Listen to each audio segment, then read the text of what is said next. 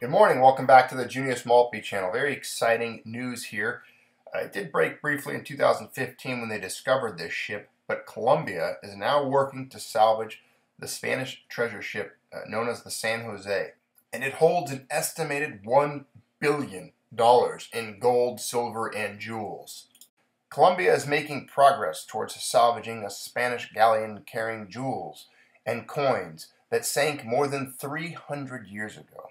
President Juan Manuel Santos said on Wednesday after receiving a proposal from an investor to bring it to the surface.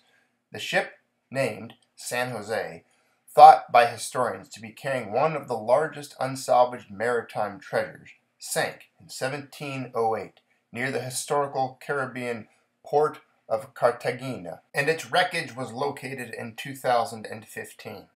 The discovery of this ship, one of the most important that navigated in our seas during colonial times, begins a new chapter in the cultural and scientific history, not only of Colombia, but of the entire world, Santos said on national television from Cartagena.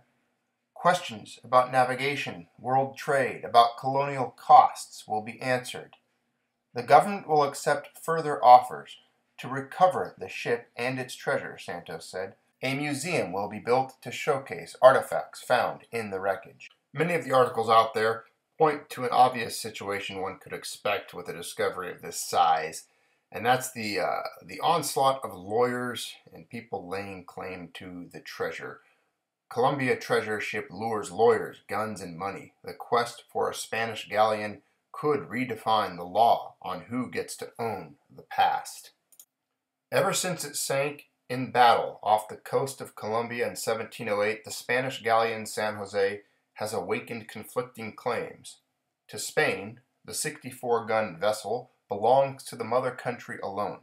Treasure hunters, asserting finders keepers rights, demanded a piece of the ship's fabulous haul, which could amount to as much as $17 billion in gold, silver, and precious stones.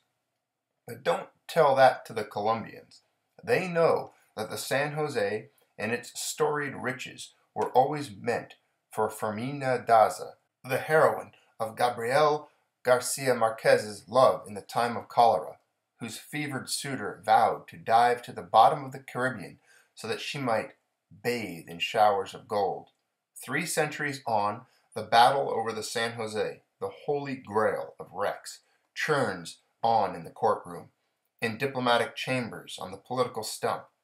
Its outcome could reset the rules on who has title to the murky past, or at least test how deeply history's litigants are willing to dive for their prize.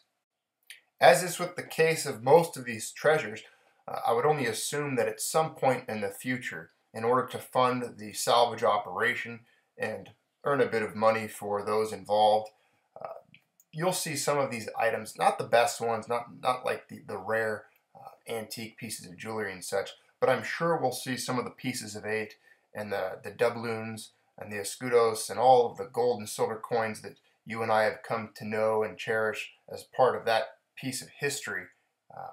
Much of it will become graded and will arrive for sale on the internet. I would expect heavy premiums just due to the historical significance of this wreckage and this ship. However, I'm sure there will be some coins available, and it'll be nice to see when those hit the market what they're going for, if there's any opportunity for people such as ourselves to own a little piece of history from a ship like this.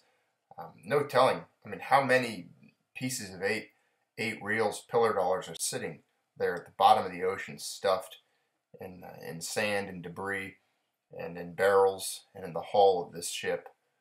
It'd be nice to see the condition they come out in. Alright, thanks for tuning in for this little piece of treasure hunting news on the Junius Maltby channel. Have a good rest of your day. Thanks for tuning in, liking, sharing, and subscribing, and being a part of this channel.